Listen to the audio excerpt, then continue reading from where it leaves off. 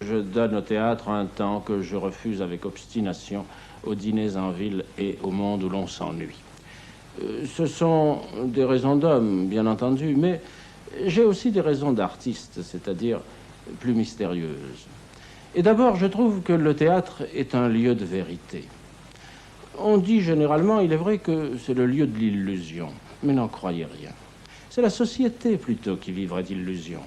Et vous rencontrerez sûrement moins de cabotins à la scène qu'à la ville. Prenez en tout cas un de ces acteurs non professionnels qui figurent dans nos salons, nos administrations, ou plus simplement nos salles de général. Placez-le sur cette scène, à cet endroit exact. Lâchez sur lui 4000 watts de lumière et la comédie sera terminée. Vous le verrez tout nu, d'une certaine manière, dans la lumière de la vérité. Oui, les feux de la scène sont impitoyables. Et tous les trucages du monde n'empêcheront pas que l'homme et la femme qui marchent ou parlent sur ces 60 mètres carrés se confessent d'une certaine manière et déclinent, malgré les déguisements et les costumes, leur véritable identité. Et des êtres que j'ai longtemps et beaucoup connus dans la vie tels qu'ils paraissaient être au moins. Je suis tout à fait sûr que je ne les connaîtrai jamais à fond, que s'il me faisait l'amitié de venir répéter et jouer avec moi des personnages d'un autre siècle et d'une autre nature. Ceux qui aiment le mystère des cœurs et la vérité cachée des êtres, c'est ici qu'ils doivent venir, sur cette scène, où leur curiosité insatiable risque au moins d'être en partie comblée.